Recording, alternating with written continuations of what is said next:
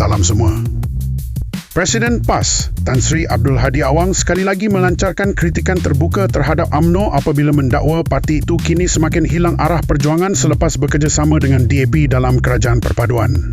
Menerusi tulisan terbaharu minda Presiden PAS, Hadi mendakwa UMNO sanggup melutut kepada DAP demi meneruskan kelangsungan kuasa politik selepas gagal menguasai kerajaan secara bersendirian pada PRU 15.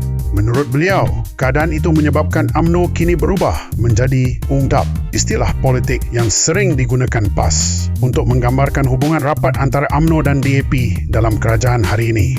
Hadi turut mendakwa UMNO kini berada dalam keadaan lemah dan defensif kerana dipimpin kelompok yang lebih mementingkan survival politik berbanding perjuangan agama, bangsa dan negara. Beliau berkata, PAS sebelum ini pernah bekerjasama dengan UMNO dan Muhyiddin Yassin dalam kerajaan campuran, namun mendakwa beberapa pemimpin UMNO bertindak menjatuhkan kerajaan kerana perebutan jawatan Perdana Menteri.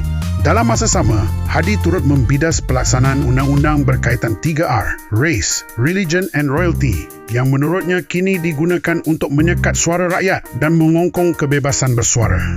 Beliau turut menggesa UMNO kembali kepada perpaduan Melayu Islam berasaskan prinsip Islam dan meninggalkan kerjasama politik bersama DAP. Saranan Abdul Hadi dijangka mampu menjelaskan kedudukan UMNO yang dilihat tidak akan berani meninggalkan kerajaan perpaduan atas faktor jawatan dan kuasa.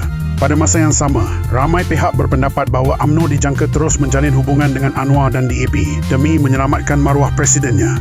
Sekian dulu. Jangan lupa like, share dan subscribe Politico.my.